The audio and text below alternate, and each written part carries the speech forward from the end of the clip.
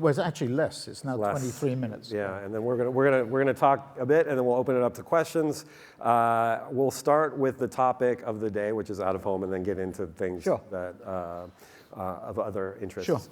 Given what Barry was saying in his keynote and all the data that we see out there, the conversations we've had before this discussion, it would seem that you believe out of home is underrepresented. Yeah, either.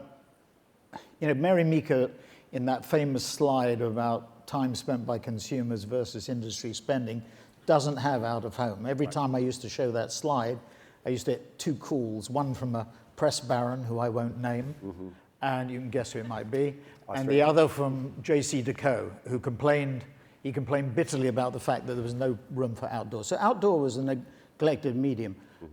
I'd have to say, may not like what I'm going to say, partly because of what went on in the industry. It was a bit murky, and things have changed. And an interesting thing about digital... Well, when you say what went on in the industry? Well, we were talking off stage about the ANA inquiries, the K2 report and everything, and the rebates thing and everything. And probably the outdoor industry attracted a lot of attention for that reason.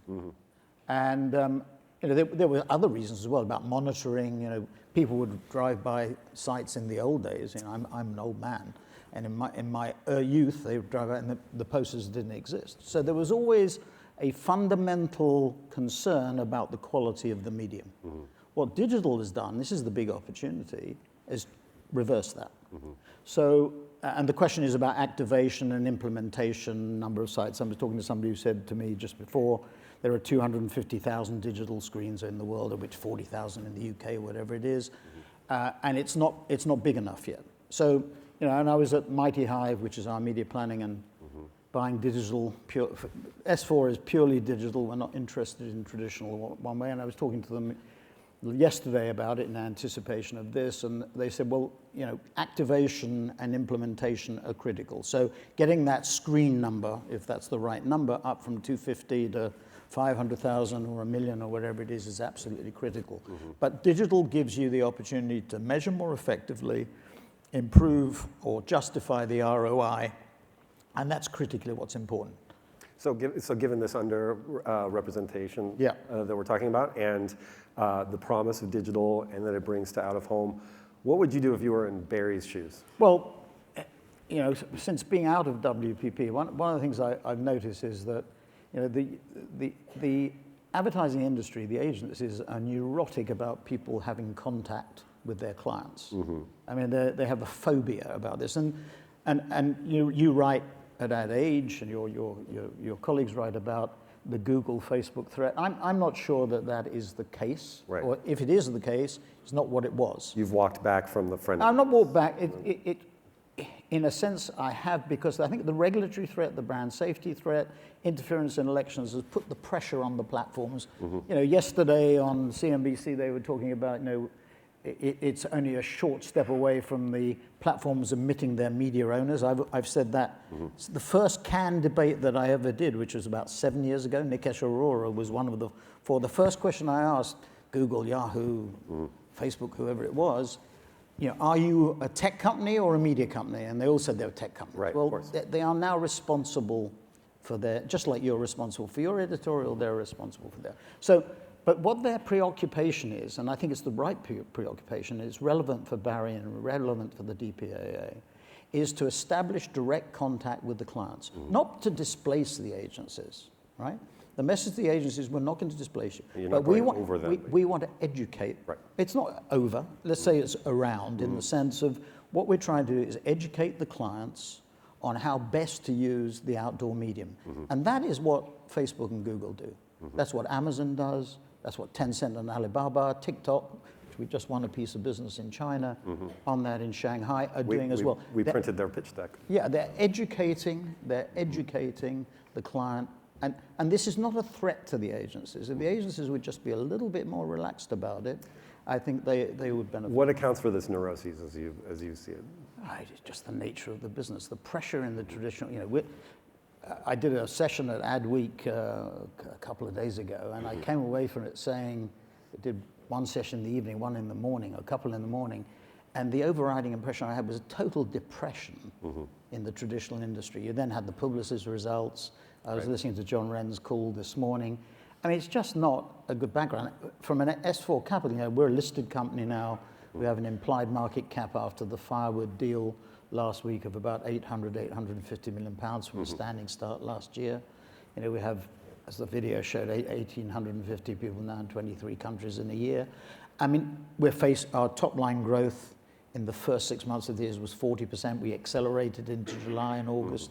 It looks like in September too. We're sort of, analysts think we're going to grow by about 50%. But you look at the industry for the first 6 months of this year, the IPG statistics, industry up 6.3%, digital up 20%, traditional down 3.3%. Right. So it's no surprise, as you've analyzed, your magazine has analyzed the performance of the holding companies in the United States, and it's catastrophic. So I want to ask you about that because you are growing. You are growing by acquisition. You've got. Well, the organic growth is really important. Right. So I mean, we're pushing on an open door, right? So just clear about what S4 Capital is.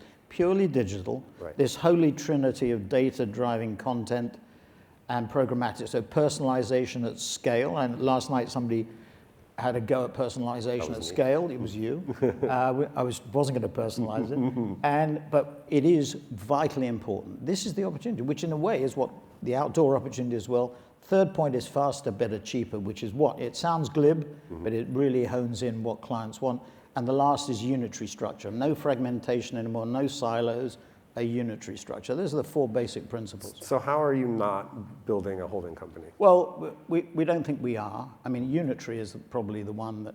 The trouble with the holding companies, and the outdoor industry was a good example of Kinetic. Rupert Day used to run Kinetic. We separated Kinetic. It was part of Group M. It's now gone into Group M. Right. Which I think... Look, there are arguments both ways. Kinetic is an out-of-home agency. Out of home, right. And what the advantage of Kinetic was it was separate. Rupert and his colleagues focused on it. It gave it more attention. I said before, at 4% of spending or whatever it is, it doesn't get enough attention.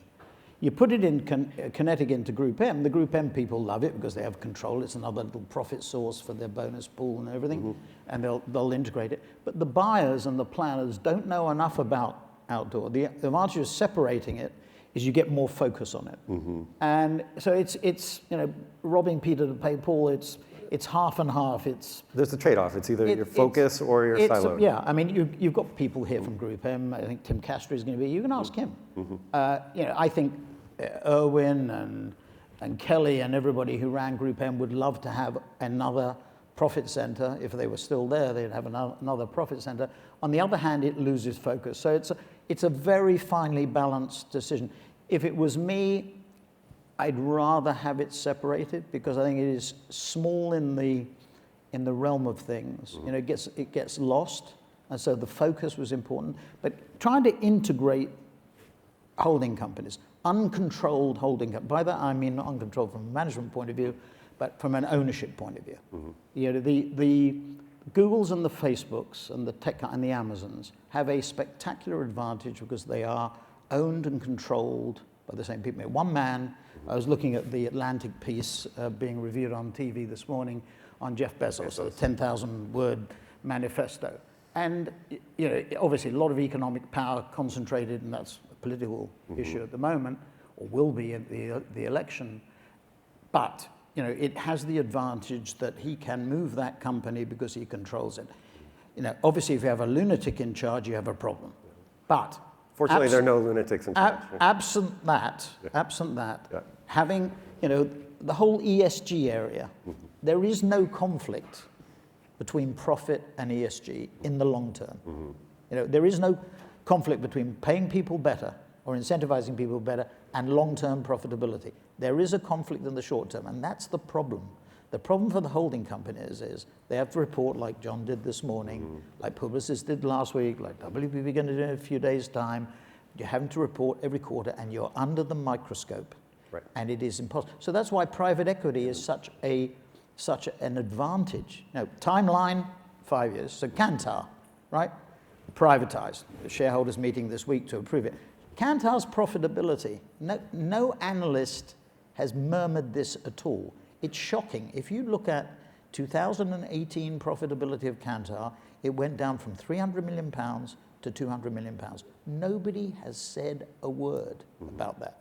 So taking Kantar, privatizing it with Bain, seeing what happens over the next 3, 4, 5 years is the only way to digitally transform these businesses out of the public searchlight, unless you have control.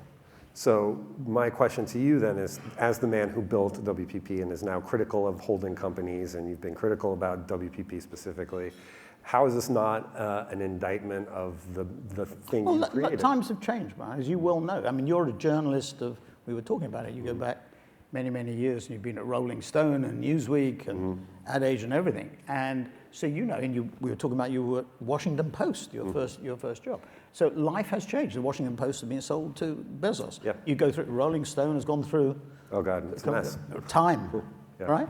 So it's a function of the changed times. And what we're trying to do with S4, or personalizing it, what I'm trying to do is to demonstrate that you can build a different model. Now, we've said we don't want to have anything to do with tradition. We're involved in 5 global pitches at the moment. And our involvement is purely on the digital side. We've said to the clients, we can only do we're only willing to do the digital. We're not willing to do traditional. We want to focus on that. I said, anybody who wins the Disney pitch, you should short the stock.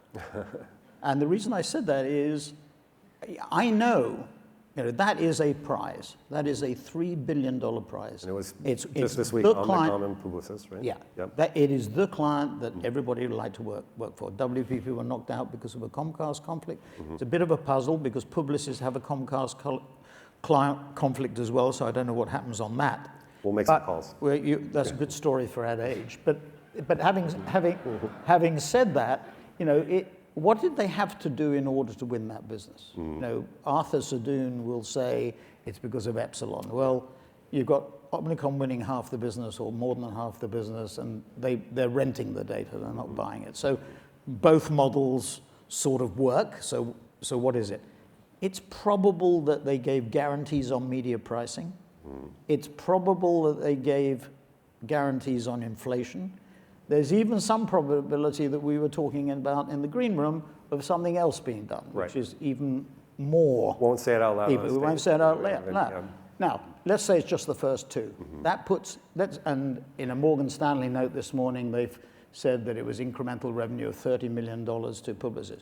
What did they have to guarantee on, let's say, $1.5 billion or $2 billion of spend against that 30 million?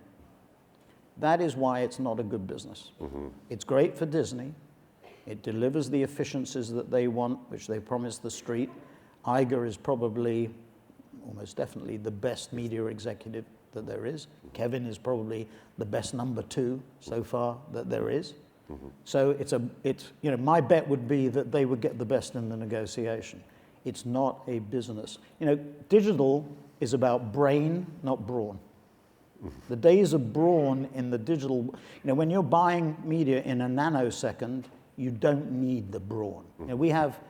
We either directly flow through already, this is after a year, have $3 billion of spend, right? Now that compares to $75 billion at WPP. So scale-wise, it's a very different game, and I don't think even if we continue to succeed at the rate that we're doing now, I don't see us getting to that scale. Right, well, let's talk about the continuing on into the future. In the conversations you're having with clients, as you survey the landscape, what do you make of talk of an economic downturn, whether it be a recession or just a slowing down? Well, I would, all these things are difficult to judge, but my sense is after the US election, and maybe a little bit in advance, let's say October, September of next year, the pressure will intensify. So I want to get S4 Capital to we're at a market cap now of implied market cap after firewood of about 800 billion, about $850 billion. I want to get to unicorn status, so a little bit more, we're about $1 billion. And then I want to sort of sit and watch because I think the pressure is going to intensify. So if you think it's been tough. Are we talking it into existence? Are all the conversations about it sort of self-fulfilling prophecy in a way? Not self-fulfilling prophecy. I mean, I think the holding companies, because of the nature of the people who run them and because of their structures, are structurally threatened. And I said, you know, if in a way, Publicis, before Maurice stepped back, had the Badinter family, but you know, one hears that the Badinter family are split about the nature of their investment or holding their investment. In fact, I think it's true to say that Madame Badinter actually sold shares at 72 euros 3 or 4 years ago. Certainly part of her family holding.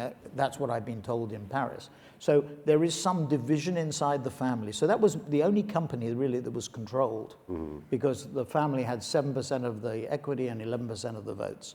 So there was some sort of control there, and they could do, in a way, structurally what they wanted to do. But even they are threatened.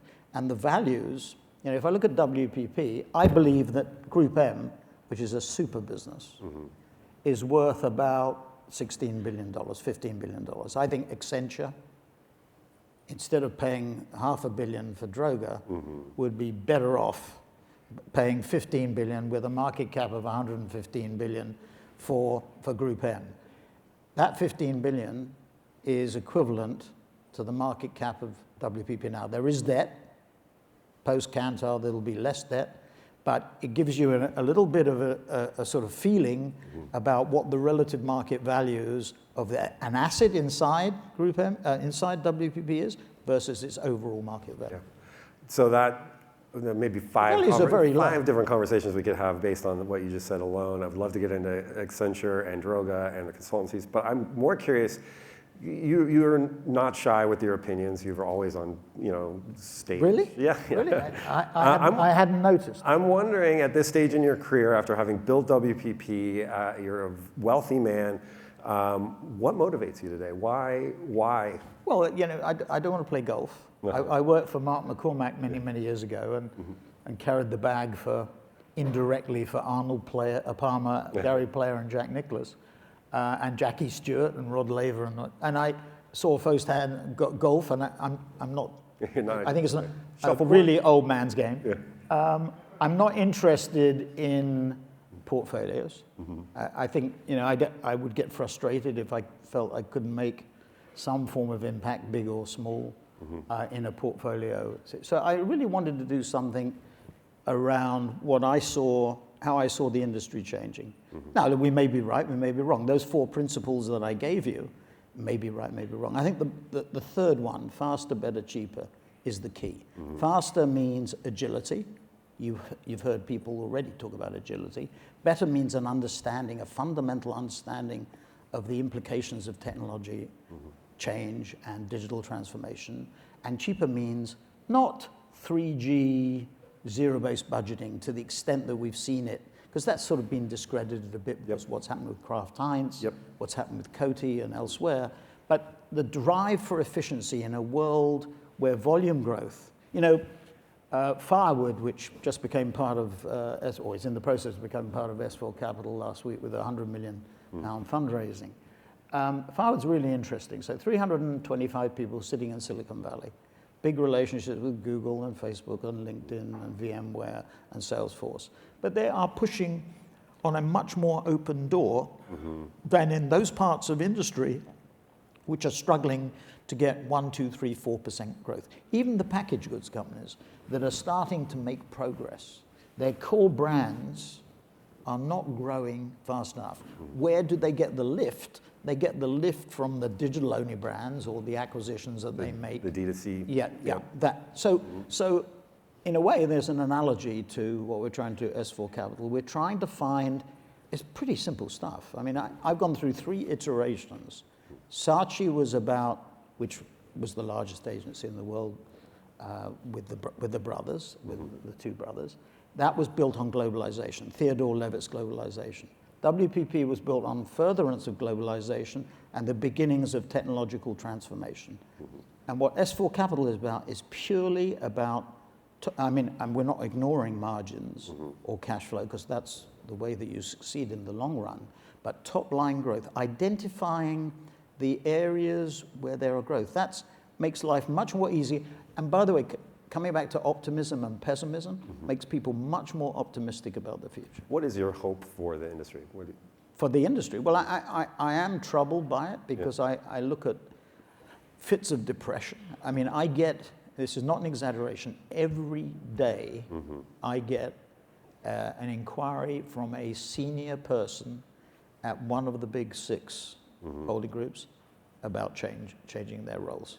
There is, and the structures. You want to name names? No. I'll give them to you off the record. No, I wouldn't do that. The structure is just not fit for purpose. You know, listen, secret, right? So I believed in the campus, the country manager. So if I was thinking about WPP, longer term, I wanted to take it to one company, but over time. But you have to be patient to get there. I believe that country organization was the best organization. We're in 113 countries, which is a lot. But S4 will never get to that. We'll probably be about 25, 30, and then we'll stop, because I don't think you need in a high-tech world that degree of globalization. But the problem with the campus thing is this, is what you do, and we saw this in China, for example. So we took 70 agencies in China where we had this 20% market share. We put it into one building. We put it into the highest common denominator. We put them into a super building, second best prefecture area in Shanghai, not Pudong, but the second best area. And we said, you go in. But we took agencies which were in cheaper areas we moved them up the scale. So a lot of the companies lost efficiency. Overall, we had better efficiency, but a lot of the individual companies lost efficiency. And thereby hangs the problem.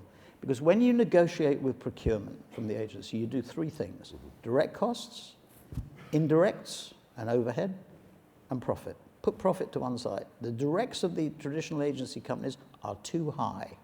The traditional creative business is under pressure. They haven't made the structural changes that they need to take for a business that is declining in the first 6 months of this year by 3%. By the end of the year, probably will be the same.